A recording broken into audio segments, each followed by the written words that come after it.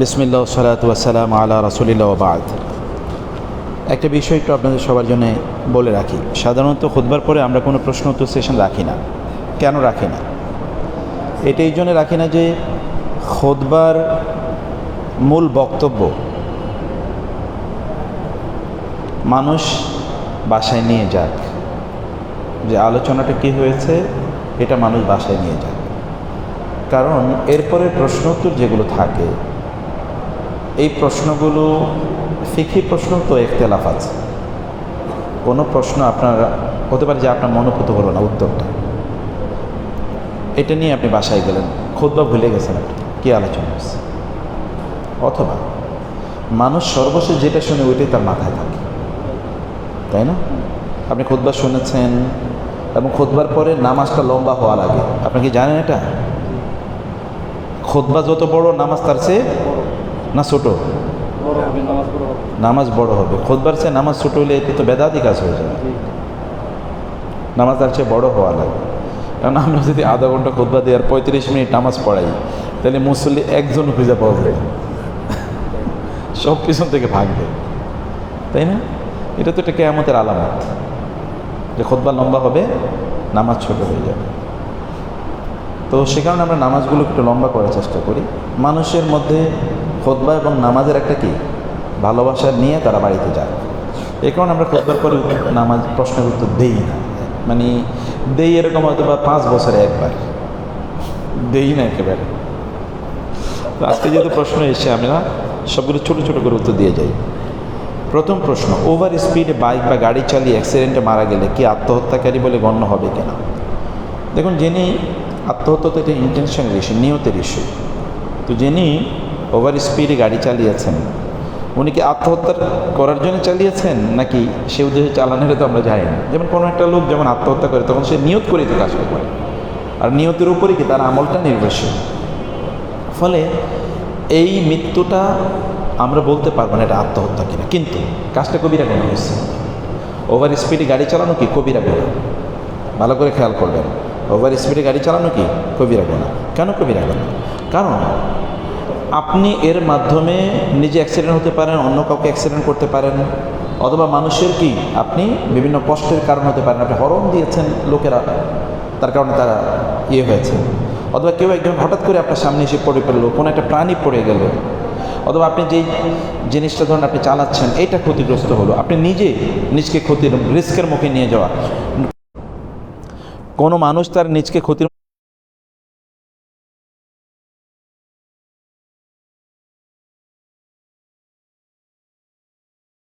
হাম্মামে না, তো হাম্মাম মানে গোসলকে আলাদা, যেখানে গোসল সেখানে পায়খানা টয়লেট। তার ফলে টয়লেটে যাওয়ার আগে কি পড়া লাগে? আল্লাহুম্মা ইন্নী আউযু বিকা। তার মানে টয়লেটে সবচেয়ে নিকৃষ্ট টাইপের জিনগুলো থাকে। অতএব এখানে উলঙ্গ হয়ে গোসল করলে আপনার লজ্জাস্থানের দিকে তাকাবে কে? দুষ্ট শয়তান জিনগুলো। এতে ক্ষতিগ্রস্ত হবে, নজরও তো লাগে, ক্ষতিও হয়। সে কারণে এটি না করাই উত্তম। আর গোসল করার পর উজু করা লাগবে না। গোসল করার আগে উজু করা সুন্নাত। গোসল করার আগে পরে উজু করা কি তাহলে সুন্নত না? যেটা আগে এটা পরে নিয়ে গেলে কি সুন্নত হবে না বেদাত হবে? যেমন নামাজের না আজানের আগে দুরূদ পড়তে হবে না পরে দুরূদ পড়তে হবে? কেউ যদি আগে পড়ে বেদাত হয়ে যাবে। আমাদের দেশে আছে কিনা এরকম? আচ্ছা আচ্ছা, কিন্তু কাজটা বেদাত। আচ্ছা, সফরে থাকা অবস্থায় কতটুকু দূরত্ব হলে কসর নামাজ আদায় করতে হবে? এটা নিয়ে ইখতিলাফ আছে উলামায়ে কেরামের, ব্যাপক ইখতিলাফ আছে। 48 মাইল কেউ বলছেন, আবার অধিকাংশই বক্তব্য বলে যে এটা আসলে মাইলের উপর নির্ভর করে, এটা সফরকে। যদি সফর হয় তাইলেই হয়ে যাবে। তো এই মাসআলার ইখতিলাফে আমরা যদি 48 মাইল ধরে নিই তাহলে সেফ, যেহেতু অধিকাংশই কথা বলেছে। দুধ পান করে এমন শিশুর প্রস্রাব গায়ে লাগলে নামাজ পড়া যাবে কিনা? যে জায়গায় প্রস্রাবটা লেগেছে এই জায়গায় যদি ছেলে শিশু হয় তাহলে পানি ছিটিয়ে দেবে, আর যদি মেয়ে শিশু হয় তাহলে ওখানে কি পানি ঢেলে দেবে, মানে ধুয়ে দেবে জায়গাটা, তাহলে নামাজ হয়ে যাবে। বাচ্চাদের মোবাইল দেখানো খাওয়ানো যায় না, এ থেকে বাচ্চার উপায় কি? খাওয়াবেন না, খাওয়াবেন না, মোবাইলও দেবেন না, খাওয়াবেন না। আচ্ছা, কোনো বাচ্চা না খেয়ে মারা যাবে? আমার একজন মানুষ বলতে হবে যে যা তার বাচ্চা না খেয়ে মারা গেছে। খায়াই মারা যায়, না খেয়ে কোনোদিন মানুষ মারা যায়। রোগ কি না খাওয়ার কারণে হয় না খাওয়ার কারণে হয়?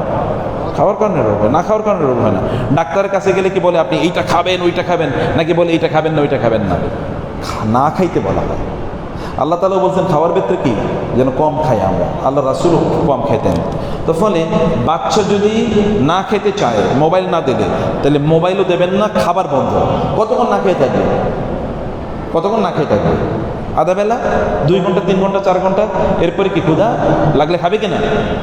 অবশ্যই খাবে, অবশ্যই খাবে। না দেখেন, আচ্ছা ওরে আপনি মোবাইল দেখে খাওয়াইতে হবে কেন? মোবাইল বন্ধ করে দেন, না খেলে না খা। 1 ঘন্টা, 2 ঘন্টা, 3 ঘন্টা, 4 ঘন্টা, এরপরে এসে পায়ে ধরবে যে খাওয়াও। বুঝতে পেরেছেন? আপনাকে বুঝতে হবে যে দিনটা কি বা সঠিক নিয়মটা কি। ফরজ সালাত এবং সুন্নত সালাতের শেষের 2 রাকাতে পুরো ফাতিহার পর অন্য সূরা, মানে সূরা ফাতিহার পর অন্য সূরা মেলাতে হবে কি না? জি, ফরজ সালাতে মেলাতে হবে না, সুন্নাতে মেলাতে হবে, এটাই হলো প্রসিদ্ধ অপিনিয়ন। কিন্তু কেউ যদি সুন্নতের মধ্যে নাও মেলে তাহলে কি তার নামাজ হয়ে যাবে, কারণ শুধু সূরা ফাতিহা পড়লে নামাজ হয়ে যাবে। নামাজের মধ্যে কেরাত পড়া কি ফরজ, কোরআন তেলাওয়াত করা ফরজ। অর্থাৎ কেউ যদি শুধু সূরা ফাতিহা পড়ে তাহলে তার নামাজ হয়ে যাবে। মনের অজান্তে পশ্চিম দিকে থুতু ফেলে দেয়, এই জন্য করণীয় কি? মনটা এরকম দেখে আলগা। রাসূলুল্লাহ সাল্লাল্লাহু আলাইহি ওয়াসাল্লাম বলেছেন কেবলার দিকে কেউ যেন থুতু না ফেলে। কেবলার দিকে, পশ্চিম কোন দিকে? কেবলার দিকে। আপনার মনটা এরকম দেখে আলগা যে ওই দিকে থুতু ফেলছেন, এটা ব্যাখ্যা। যেমন ডান দিকেও থুতু ফেলবে না, ফেলবে কোন দিকে? বাম দিকে ফেলবে। সেটি আপনি করবেন, আপনি সামনের দিকে বা কেবলার দিকে, ডান দিকে থুতু ফেলবেন না। এটা মনোযোগী হওয়ার আগে। মুসলমান তো অমনোযোগী হতে পারে না, অমনোযোগী হলো কাফেররা। ওয়াহুম ফি গাফলাতিন, কাফেরদের ব্যাপারে বলা হয়েছে। জাহান্নামীদের ব্যাপারে বলা হয়েছে তারা গাফেল ছিল। ফাকাশাফনা আনকা গিতাআকা ফাবাসারুকাল ইয়াওমা হাদীদ। এবার আমি তোমার এই অমনোযোগিতার পর্দা উঠিয়ে দিয়েছি, এখন তুমি সব দেখতে পাবা। নামাজের প্রথম রাকাতে ভুলে সূরা নাস পড়লে নামাজের কোনো ক্ষতি হবে কেন? ক্ষতি হবে না। পরের রাকাতে তিনি কি পড়লেন? তিনি যদি আবার সূরা নাস পড়েন তাহলে নামাজের ক্ষতি হবে না, এটা হলো অন্যদের মতে। আর হানাফি মাযহাব অনুসারে একই সূরা 2 বার পড়লে কি হয়? মাকরুহ হয়। একই সূরা 2 বার পড়লে মাকরুহ। আমরা বলছি না, একই সূরা 2 বার পড়লে মাকরুহ হয় না, তবে উত্তম হলো অন্য সূরা পড়া। যেমন একজন সাহাবী, তিনি একটা সফরে কি প্রধান ছিলেন, একটা সারিয়া মানে মিলিটারি ছোট যুদ্ধ। তার সাথে যে সাহাবীরা ছিল, তিনি যেহেতু এখানকার আমির ও সারিয়া, মানে এই মিলিটারি গ্রুপের তিনি কি প্রধান, উনি ইমামতি করতেন। প্রত্যেক নামাজে কোন সূরা পড়তেন? প্রত্যেক রাকাতে সূরা ইখলাস। প্রত্যেক রাকাতে সূরা ইখলাস পড়তেন কিনা? রাসূলুল্লাহ সাল্লাল্লাহু আলাইহি ওয়াসাল্লামকে যখন এসে সাহাবীরা বললেন কি ইমাম দিয়েছেন, সব রাকাতে একটাই সূরা পড়ে। রাসূলুল্লাহ সাল্লাল্লাহু আলাইহি ওয়াসাল্লাম তাকে ডাকলেন, কি ব্যাপার তুমি একটাই সূরা পড়ো কেন সব রাকাতে? তিনি বলছেন আমি সূরাটিকে প্রচণ্ড ভালোবাসি। রাসূলুল্লাহ সাল্লাল্লাহু আলাইহি ওয়াসাল্লাম বললেন তোমার এই সূরার ভালোবাসাই তোমাকে জান্নাতে নিয়ে যাবে। শরীয়ত যিনি প্রণেতা, শরীয়তের প্রবক্তা, নবীদের জন্য কোনো ইনফরমেশন হাইড করে এটা হারাম। কোনো তথ্য হাইড করে কি? ওমা হুয়া আলাল গায়বি বিদানীন। রাসূলুল্লাহ সাল্লাল্লাহু আলাইহি ওয়াসাল্লাম তিনি গায়েবের ইস্যুগুলো কোনো কিছু হাইড করে রাখতেন না, মানে এটাকে তিনি কৃপণ ছিলেন, সব বলতেন। 1 2 নম্বর বিষয় হলো যখন যে আলোচনা করা উচিত এটা এখন না করে পরে করো, নবী রাসূলদের জন্য জায়েজ। অতএব এইখানে যদি একই সূরা 2 বার পড়া মাকরুহ হতো, তাহলে রাসূল সাল্লাল্লাহু আলাইহি ওয়াসাল্লাম তাকে বলে দিতেন তবে তুমি কাজটা ঠিক করো, এটা বলে দিতেন। কিন্তু এরকম কোনো বর্ণনা আছে? কোনো বর্ণনা নাই। অতএব এটি করা সমস্যা না। আর যারাই কথা বলেন তারা কিন্তু আবার দেখবেন লাইলাতুল কদরের সূরা একলা যেন 10 বার পড়া হয় প্রত্যেক রাকাতে, এই কথা বলে কিনা তারা? তার মানে তাদের বক্তব্যগুলো কন্ট্রাডিক্টরি। অতএব এই বক্তব্য ঠিক না। এখন তিনি একই সূরা পড়তে পারেন, অথবা তিনি পরে কি তিনি এই সূরা পড়বেন, ওই যে কি বলে না আলিফ লাম মিম যালিকাল কিতাবুল লা রাইবা ফি, এটা পড়বেন। যদি তিনি না পারেন তাহলে সূরা ইখলাস পড়বেন, সূরা ফালাক পড়বেন। এখন আপনি বলবেন যে উল্টা হয়ে গেল না, নিচ থেকে উপরে। নিচ থেকে উপরে যাওয়া জায়েজ আছে। সহিহ বুখারীর হাদিস, রাসূলুল্লাহ সাল্লাল্লাহু আলাইহি ওয়াসাল্লাম প্রথম রাকাতে তিনি কি প্রথমে তিনি পড়লেন কি সূরা বাকারা, তারপর সূরা নিসা, তারপর সূরা আল ইমরান। তাহলে বোঝা যাচ্ছে এরকম ভাবে পড়ো জায়েজ আছে। আল ইসলামু ইউসরুন, ইসলাম কি সহজ। আদ-দীন ইউসরুন ওয়ালা ইউশাদ্দু আদ-দীন আহাদুন ইল্লা গালাবাহু। ইসলামকে আল্লাহ সহজ করে দিয়েছেন, যারা কঠিন বানাতে চায় ওই ইসলামই তাকে কি করবে? পরাজিত করবে, ওই ব্যক্তি পরাজিত হবে। কঠিন করার অপশন নেই, মেক ইট ইজি, সহজ করো। ইয়াসসিরু ওয়ালা তুআসসিরু, সহজ করো কঠিন করো না। বাশশিরু ওয়ালা তুনাফিরু। পাখির ব্যবসা করা জায়েজ আছে কিনা? পাখির ব্যবসা করা যায় আছে। আপনার বোখারি একটা সহিহ হাদিস জানেন না? রাসূলুল্লাহ সাল্লাল্লাহু আলাইহি ওয়াসাল্লামের একজন সাহাবী আনাস রাদিয়াল্লাহু আনহু ছোট ভাই, তার নাম কি ছিল? উমায়ের, তাই না? ইয়া আবা উমায়ের মা ফাআলান নুগায়ের। রাসূলুল্লাহ সাল্লামের ওই যে আনাসের ছোট ভাই আবু উমায়ের ছিল। তো আবু উমায়ের তার বয়স 2-3, তার একটা ছোটো পাখি ছিল, পাখি নিয়ে সবসময় খেলতো। আর রাসূলুল্লাহ সাল্লাম গেলে ওর সাথে পাখি নিয়ে কথা বলতেন। বাচ্চারা যেটা পছন্দ করে আপনি ওইটা নিয়ে আলোচনা করলে ওরা ভালোবাসে। কিন্তু ওই পাখিটা মারা গেছে, মারা যাওয়ার পরে এরপর রাসূলুল্লাহ সাল্লাম তার সাথে ওই পাখির আলোচনা করতেছেন। আল্লাহু আকবার। ছোটো মানুষের সাথে যা কথা বলা দরকার তাই বলতেছে। ছোট মানুষ পাখিকে ভালোবাসে, তিনি ওর সাথে ওই ছোটোর মতো করে কথা বলছেন। ইয়া আবা উমায়ের মা ফাআলান নুগায়ের, কবিতার মতো। আবু উমায়ের তোমার নোগায়ের কই? নোগায়ের মানে ছোটো পাখি, তোমার ছোটো পাখি কই? তাহলে বোঝা যে করা যায়, কিন্তু উত্তম না কাজটা। কারণ হচ্ছে যেটা স্বাধীন তাকে বন্দি করে রাখা যায় না। আবার তাকে যদি বন্দি করে রাখা হয় তাহলে তাকে আবার প্রপার কি দিতে হবে? খাদ্য পানীয় দিতে হবে। যদি খাদ্য পানীয় না দেওয়া হয় তাইলে মারা গেলে এই ব্যক্তি জবাবদিহি করতে হবে। ওই যে একজন মহিলা, একটা বিড়াল ছিল, তার বিড়ালটাকে বেঁধে রেখেছিল। লা হিয়া আতআমাতহা ওয়ালা হিয়া আতলাকাতহা। হাদিসে এসে মানে এই নারী এর খাবারও দেয় নাই, আবার ছেড়েও দেয় নাই যে কি এটা গিয়ে আল হাশিশ মানে ঘাস খাবে, কোনোটাই করে নাই। ফলে মারা যাওয়ার পর রাসূল বলেছেন এই নারী এই কারণে জাহান্নামে যাবে। সে কারণে এটাকে টেক কেয়ার করতে হবে। নামাজের ভেতর ঘন ঘন হাই ওঠে, তখন করণীয় কি? নামাজের প্রস্তুতি ছিল না, নামাজের প্রস্তুতি ছিল না। যদি আপনার ঘুম চলে আসে, দেখতেছেন নামাজ পড়তে গিয়ে ঘুমিয়ে গেছে, তখন কী করবেন? আগে নামাজ পড়বেন না ঘুমাবেন? ঘুমিয়ে নেবেন। আল্লাহর সামনে ডলু ডলু মাথা নিয়ে দাঁড়ানো যায় না, আল্লাহর সামনে দাঁড়ানো যায় না। সে কারণে ঘুম যদি এমন হয় যে আপনি তাহলে ঘুমিয়ে উঠে নামাজ পড়েন। কিন্তু নামাজের মধ্যে হাই তোলা, রাসূলুল্লাহ সাল্লাল্লাহু আলাইহি ওয়াসাল্লাম তার গোটা জীবনে একবারও হাই তোলেন নাই। সুবহানাল্লাহ বলবেন না? গোটা জীবনে একবারও হাই তোলেন নাই, গোটা জীবনে। কি মানুষ, আল্লাহু আকবার! আর আমরা প্রতিদিন কত হাজারবার তুলি, এটা শুধু ফেরেশতারে জিজ্ঞেস করতে হবে, আমরা বলতে পারবো না। আর তার গোটা জীবনে একবার হাই তোলেন, কারণ সায়েন্স বলে, বিজ্ঞান বলে, কেউ যে হাই তোলে তাহলে কি হয়? তার কিছু সেল আছে যে সেলগুলো প্রোডাক্টিভ, এগুলো মরে যায়। তখন মানুষ কি হয়ে যায়? হাই তোলে ঘুমায় আপনি। এই তার গোটা জীবনে কোনোদিন হাই তোলে না, হাঁচি দিয়েছেন। এবং আল্লাহ তাআলা কি ভালোবাসেন? হাঁচিকে। আর হাইকে কে ভালোবাসে? শয়তান। তাহলে শয়তান যেটা ভালোবাসে তিনি এই কাজটা কেমনে করেন? করতে পারেন। তাহলে হাই যেন না উঠে, এই কারণে আপনাকে শারীরিকভাবে শক্তিশালী থাকতে হবে। যে ব্যক্তি শারীরিকভাবে শক্তিশালী তার কোনোদিন হাই উঠবে না। এ কারণে কী করবেন? আপনি নামাজের জন্যে আপনি প্রস্তুতি নেন, লম্বা সময় জুড়ে নামাজ পড়েন, শরীরকে শক্তিশালী করেন, ব্যায়াম করেন, যেন আপনি আল্লাহর সামনে দাঁড়িয়ে দীর্ঘক্ষণ নামাজ আদায় করতে পারেন। ফরজ গোসলের সঠিক পদ্ধতি কি? ফরজ গোসলের সঠিক পদ্ধতি মাইমুনা রাদিয়াল্লাহু আনহা, রাসূলের স্ত্রী, তিনি বলেছেন রাসূলের গোসল ফরজ হলো আমি তার জন্য বালতি দিলাম, পানির বালতি। তারপরে তিনি ফরজ গোসল কীভাবে করেছেন? তিনি তার 2 হাত আগে ভালো করে 2বার বা 3বার ধুয়ে নিয়েছেন, সাবান দিয়ে 2বার বা 3বার হাত ধুয়ে নিয়েছেন।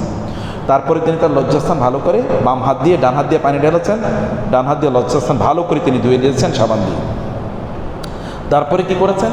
এরপরে হাত আবার কচলিয়েছেন, হাতে যেন ময়লা না থাকে, কচলে আবার হাতটা ভালো করে ধুয়ে নিয়েছেন। এরপরে তিনি অজু করে নিয়েছেন, ফরজ অজু যেভাবে করবেন অজু করেছেন। তারপরে তিনি তার মাথায় এরকম কোষ ভর্তি এরকম 3বার মাথায় পানি দিয়েছেন।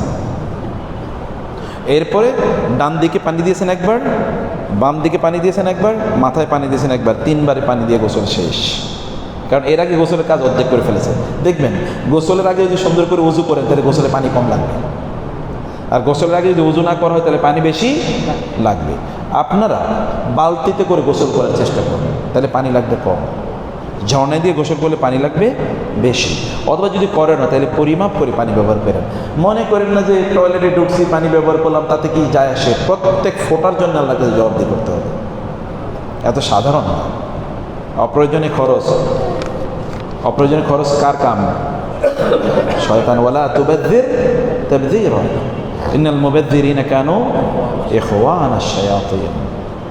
কোরআনে এটা তো লিঙ্গুইস্টিক ইস্যু, মাদ্রাসায় বা আরবি যারা জানবেন না তাদের আলোচনা বেশি কাজে লাগবে না, তারপরে বলে রাখি। তাবযীর মানে হচ্ছে হারাম কাজে অপচয় করা, আর ইসরাফ হলো হালাল কাজে অপচয় করা। বুঝতে পেরেছেন? অতএব দুটোই হালাল, একটাও আল্লাহ তাআলা হালাল করেন নাই। মহিলাদের হজের ক্ষেত্রে যদি মহিলাগণ হজ যেতে চান, তারা মাহরাম ছাড়া হজ যেতে পারবেন কেন? যেহেতু সহিহ হাদিস এসেছে মাহরাম ছাড়া সফর করতে পারবে না, তারা যাবেন না। একটা হাদিস অবশ্য এখন সৌদি আলেমরা ব্যবহার করেছে, জোয়াইনা নামক হাদিসুল জোয়াইনা। রাসূলুল্লাহ সাল্লাল্লাহু আলাইহি ওয়াসাল্লাম তিনি একজন সাহাবীকে আদি ইবনে হাতেম রাদিয়াল্লাহু তাআলা লক্ষ্য করে বলেন, তুমি যদি বেঁচে থাকো, লাইন ইশতা, যদি তুমি বেঁচে থাকো তাহলে তুমি দেখবা যে তাসিরু আজ-যুআইনাতু মিনাল হিরা ইলা মক্কা তাতুফু বিল বাইত। তুমি দেখবে যে একজন নারী যিনি উটের উপর চড়েছেন, তিনি ইরাকের হীরা মিনাল হীরাতি, ইরাকের হীরা নামক অঞ্চলে উটে চড়েছেন, মক্কা পর্যন্ত এসেছেন, মক্কায় তাওয়াফ করেছেন তিনি, কোনো লোক তার দিকে মাথা তুলে তাকায় নাই। এই হাদিসে একজন নারী তার সাথে কোনো মাহরাম পুরুষ আছে এরকম কোনো বর্ণনা নাই। বলছে যে এত নিরাপত্তার কারণে ওইখান থেকে তিনি মক্কায় এসে হজ করে যাচ্ছেন, কিন্তু কেউ তার দিকে একবারও তাকায় নাই। এই হাদিসের উপর ভিত্তি করে ওনারা এখন একটা ফতোয়া বাইর করার চেষ্টা করছে যে মাহরাম ছাড়া হজ বা উমরা করতে যেন যেতে পারে। ব্যবসার ইস্যু তো এখানে, ultimately there is a question of business, তাই না? সেটা তার পরে, কিন্তু আমরা এটাকে সহিহ হাদিস, স্পষ্ট হাদিস আছে, এটা অনুমোদন দিই না। আর তাছাড়া আমি দেখেছি একবার ইন্টারেস্টিং ঘটনা, এক মহিলা আমার ফোন করছে, বলে যে স্যার ঘটনা তো ঘটে গেছে। কি ঘটে গেছে? বলে আমি গেছিলাম হজ করতে, আমার স্বামীরে বাদ দিয়ে গেছি, তো আমার একটা পুরুষ লোক সবসময় সাহায্য করতো, হেল্প করতো, একটা পুরুষ আমাকে সবসময় হেল্প করতো একটু, কারণ আমার স্বামী তো নাই হজের কাফেলায়। তো পরে তার সাথে আমার একটু কথাবার্তা হইতো, আমি যেহেতু বাইতুল্লাহ চিনতাম না, ওনাকে বলতাম আমার একটু নিয়ে যান আপনি যাওয়ার সময়। যাইতে এখন ওনারও আমার ভালো লেগে গেছে, আমারে ওনার ভালো লেগে গেছে।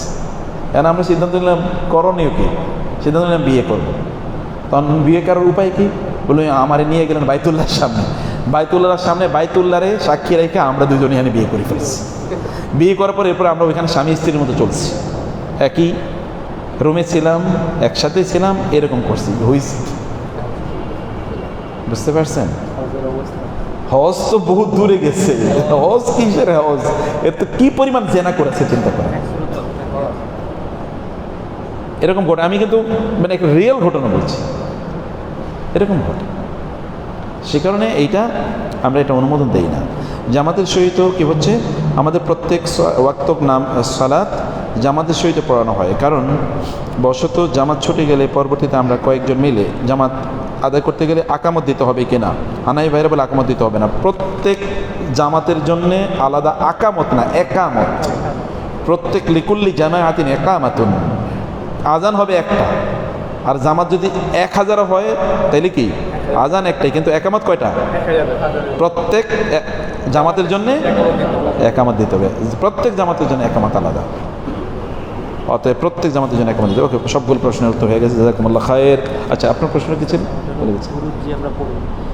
ও ভাই প্রশ্ন করেছে যে শুক্রবারে যে আমরা দুরূদ পড়ি, শুক্রবারে আমাদের জিকির আজকার বেশি করার কথা, কিন্তু আমরা করছি কি? দুরূদ পড়ছি। কেন দুরূদ পড়ছি বেশি? আচ্ছা, দুরূদও কিন্তু এটা জিকির। দুরূদ আমরা পড়ি কার কাছে? আল্লাহুম্মা, বলতেছি কার কাছে? আল্লাহর কাছে। তার মানে আল্লাহুম্মা সাল্লি, হে আল্লাহ আপনি করুন। অতএব এটা তো আল্লাহরই জিকির, জিকরুল্লাহ। জিকরুল্লাহ মানে যেমন আমরা কি করি, হে আল্লাহ তুমি আমার সকল বিপদ দূর করে দেবো, এটা জিকির কি না? জিকির তো। দোয়াটাও তো একটা জিকির না? দোয়া একটা জিকির, ওদের কোনো সমস্যা নেই। যেখানে আল্লাহর নাম আছে, আল্লাহকে বলা হয়, আল্লাহর কাছে চাওয়া হয়, সেটাই জিকির। সলাতও জিকির, আজকে বললাম না আকিমিস সলাতা লিযিকরি, খুতবাটাও কি একটা জিকির, আজকে যে আমরা আলোচনা করেছি। আচ্ছা, আমি একটা ওয়াদা নিতে ভুলে গেছি, অবশ্য ইচ্ছা করে আমি নেই যে এরপরের জুমায় যদি কোনোদিন আল্লাহ বাসে আর আইসা দেখি, তাহলে আমি ঢুকার আগে যেন দেখি মসজিদ পূর্ণ।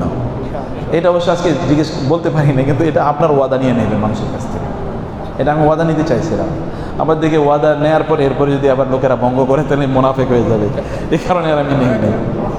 জি বলেন না, বলেন। কেউ বলে ইমাম সাহেব বিসমিল্লাহ তো সাউন্ড করেন, আলহামদুলিল্লাহ দিয়ে শুরু করেন, তা আমরা কি সূরা পড়ার সময় বলবেন বিসমিল্লাহ বলবেন। বিসমিল্লাহ না আউযুবিল্লাহ বলা যাবে কিনা? আউযুবিল্লাহ মিনাশ শাইতানির রাজিম আউযুবিল্লাহ বলা যাবে না, না কোরআন তেলাওয়াতের জন্য আউযুবিল্লাহ পড়া হলো ওয়াজিব। বা এরা যখন ইমাম সাহেব শুরু করছে আলহামদুলিল্লাহ রাব্বিল আলামিন সাউন্ড, কিন্তু বিসমিল্লাহর সাউন্ড করা নেই, আউযুবিল্লাহের সাউন্ডও শুনি নেই। তা আমি নিজে দাঁড়ানোর সময় বাইনি বলার আগে আউযুবিল্লাহ বিসমিল্লাহ পড়ে নেবেন। বিসমিল্লাহ পড়লে কি কোনো অসুবিধা আছে কিনা? না, অসুবিধা সুবিধা না তো, বলতে তো আপনি তো পড়বেন, কারণ আপনি সূরা ইমামের পেছনে সূরা ফাতিহা পড়বেন না, প্রত্যেকটার মধ্যে আউযুবিল্লাহ পড়া যাবে না কথা আবার খেয়াল করবেন। আগে শেষ করি, আমি বুঝছি আপনি, I have understood your question. এবার আপনি শুনেন, তাহলে না আর দাঁড়ানো লাগবে না। আল্লাহর সাথে আউযুবিল্লাহ আছে। হ্যাঁ কোরআনে তো বলা আছে যে আমি বলি, আপনি শুনেন, শুনছি তো আপনার কথা বুঝেছি। আপনি যখন সানা পড়বেন, সানার সাথে সাথে আপনি আউযুবিল্লাহ বিসমিল্লাহ পড়ে নেবেন, সানার সাথে সাথে আউযুবিল্লাহ বিসমিল্লাহ পড়ে নেবেন। এরপরে যখন ইমাম সাহেব সূরা ফাতিহা পড়বে, তার পেছনে তো আপনি সূরা ফাতিহা পড়বেনই। সূরা ফাতিহা তো সে তো বিসমিল্লাহ বলে, উনি আলহামদুলিল্লাহ বলছে, আমি কি বিসমিল্লাহ ওইরা পরে আলহামদুলিল্লাহ বলবো? আপনি তো আগেই বিসমিল্লাহ পড়ে নিয়েছেন, আপনি সানার পরে বিসমিল্লাহ পড়ছেন না? সানার পরে যদি আমি সূরা ফাতিহার সাথে অ্যাড করি আউযুবিল্লাহি মিনাশ শাইতানির আবার এটা করবেন কেন? বিসমিল্লাহির রহমানির রহিম আমি বললাম, আমি প্রশ্ন প্রত্যেক সূরায় প্রত্যেক বক্তা আমি একা পড়তেছি আউযুবিল্লাহি মিনাশ শাইতানির রাজিম বিসমিল্লাহির রহমানির রহিম, তারপরে আলহামদুলিল্লাহ দিয়া শুরু করলাম। এটা কি ঠিক আছে কিনা বা করা যাবে কি? আউযুবিল্লাহ না অ্যাড করা যাবে প্রত্যেক রাকাতে? প্রত্যেক রাকাতে তো আউযুবিল্লাহ পড়বেন না, প্রথম এক রাকাতে, প্রথম রাকাতে শুধু আউযুবিল্লাহ।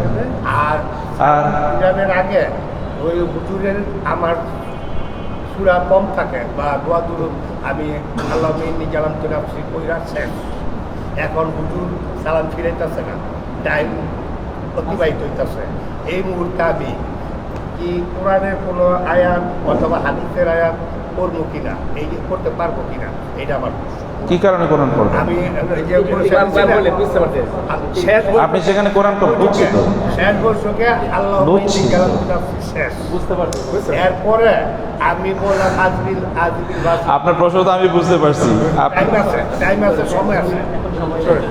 আপনি যখন যখন কেউ প্রশ্ন করে, তখন উনি যদি মনে করে যে আমি বুঝাইতে পারি না, তাহলে তো বিপদ।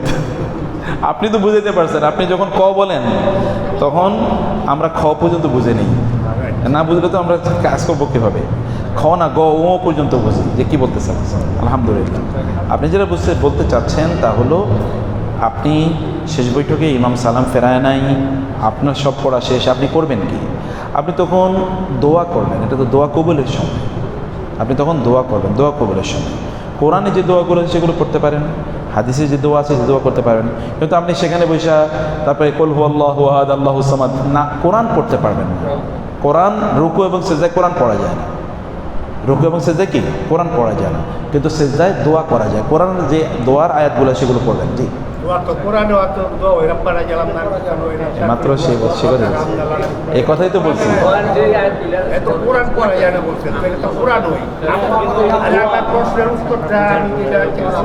কোরআনের আয়াত যেগুলো,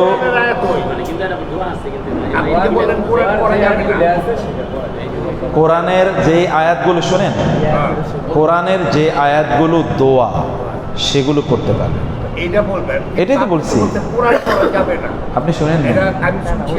ওই যে কুল আল্লাহু আহাদ বলা যাবে না, কোরআন থেকে হাদিস থেকে আর আপনি শাহলি সাদরি ওয়াসিবি, এটা তো কোরআন, এটা তো বলা যাবে না, এটা বলা যাবে কিনা আমি এটা প্রশ্ন শোনার কথাটা হইলো।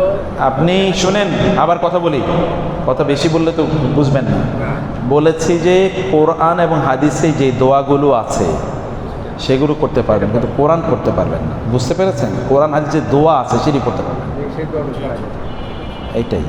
জি আল্লাহ রাসূলের যুগে কোনো রাজনীতি ছিল কিনা বা করা ছিল না কেন? রাজনীতি ইসলামের বাইরের কোনো ছিল না। শোনেন, এই যে আমরা না, আমাদের অনেকেই যখন আলোচনা করে তখন তারা না বুঝে অনেক কথাবার্তা বলে। কোরআনের রাজনীতি না থাকলে, রাজনীতি মানে কি? নীতির রাজা। তো ইসলাম কি নীতির রাজার বাইরে? রাষ্ট্র পরিচালনা কি ইসলামে নাই? নবী রাসূল কি রাষ্ট্র পরিচালনা করে নাই? মুসা আলাইহিস সালাম রাষ্ট্র চালান নাই? কি বলে, সুলাইমান ইসলাম রাষ্ট্র চালান নাই, দাউদ ইসলাম রাষ্ট্র চালান নাই, রাসূল ইসলামকে রাষ্ট্রের প্রধান ছিলেন না, খলিফারা কি করছে, ওনারা কি করেছে, আবু বকর কি করেছেন, উনি রাষ্ট্রপ্রধান ছিলেন না, ওমর রাষ্ট্রপ্রধান ছিলেন না, ওসমান আলী রাদিয়াল্লাহু রাষ্ট্রপ্রধান ছিলেন না। রাষ্ট্র তো চালাইতে হবে, রাষ্ট্র না চালালে আপনি কি করবেন? রাজনীতি কোরআনে নাই, এ কথা কে বলেছে? যে বলেছে সে কোরআনও বোঝে না, হাদিসও বোঝে না, ইসলামও বোঝে না। আমরা আলোচনা করছি গণতন্ত্র নিয়ে। গণতন্ত্র আর রাজনীতির একই জিনিস না। খেলাফত কি রাজনীতি না? অবশ্যই রাজনীতি। এখন আমরা পশ্চিমা রাজনীতি যখন এখানে আমদানি করেছি, তখন লুটেরা, বাটপার, জেনাখোর, চোর, এরপরে কি ওই যে ডাকাত, এগুলো হয়েছে রাজনীতি করে। আর ভালো মানুষরা সেখানে নাই, ভালো মানুষরা সেখানে নাই। কারণ হচ্ছে গণতন্ত্রের কারণে। গণতন্ত্রের প্রবলেম কি? আমাদের গণতন্ত্র নিয়ে অনেক আলোচনা আছে, এটা শুনবেন। গণতন্ত্রের প্রবলেম হলো যে বাংলাদেশের সবচেয়ে বড় সালাফি আলেম, ফর এক্সাম্পল, সবচেয়ে বড় আল্লাহওয়ালা, মুখলাস, দিনদার, আকিদা বিশুদ্ধ, এরকম একজন আলেমের ভোট আর ওই যে ওখানে বসে বসে মদ খায়, ওই দুইজনের ভোটের মধ্যে কোনো পার্থক্য আছে? আছে কিনা? কোনো পার্থক্য নেই গণতন্ত্রে। কিন্তু ইসলামে পার্থক্য আছে কিনা? অবশ্যই আছে পার্থক্য। ওই ব্যক্তি তো গণ্যই হবে না, তাকে জিজ্ঞাসা করা হবে না রাষ্ট্রপ্রধান কাকে বানানো হয়, কিন্তু ওনাকে জিজ্ঞেস করা হবে। তাহলে ওই গণতন্ত্র ইসলামে তো এটা প্রত্যাখ্যাত। ইসলামে ভোটও নিষিদ্ধ না, কিন্তু ভোট দেবে কারা? কথা বুঝেন নাই? আবার ভালো করে শুনেন, ইসলামে ভোটও নিষিদ্ধ না, ভোট দিতে পারে। যেমন এখানকার সব আল্লাহওয়ালা মানুষ, এখানকার কোনো মানুষের মধ্যে কোনো দুই নম্বরই নাই এখানে। তাইলে আমরা দুইজন, আপনার দুইজনের মধ্যে কাকে নির্বাচন করবেন, এরকম একটা প্রশ্ন দেখা দিছে। এখানে আপনি নির্বাচন নিতে পারেন, ভোট নিতে পারেন।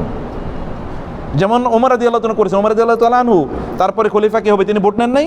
নিয়েছেন। তার যে 6 জন, যারা এখন যেটা বলে ইলেকশন কমিশন, 6 জন ইলেকশন কমিশন মেম্বার ছিল তো, সেখানে আলী ছিলেন, ওসমান ছিলেন, আব্দুর রহমান বিন আউফ রাদিয়াল্লাহু তাআলা ছিলেন, তলহা ছিলেন, জুবাইর ছিলেন রাদিয়াল্লাহু তাআলা আনহু। অতএব ভোট নিষিদ্ধ না, কিন্তু ভোট যদি একাকার হয়ে যায়, চোর, বাটপার, জুয়াখোর আর দিনদার মানুষের ভোট যদি একাকার হয়ে যায়, তাইলে এই ভোট আপনি কেমনে দেন? এই জন্য গণতন্ত্র, রাজনীতি ইত্যাদি না লম্বা আলোচনা লাগবে। এই মুখস্থ অমুকে আইসা একটা লম্বা বক্তব্য দিয়ে গেছে এটা হারাম, আর আমরাও চিৎকার করে বলছি হারাম, আর চোর বাটপাররা দেশ চালাক, নাকি? এটা না, এগুলো বোঝা দরকার আমাদের। আমাদের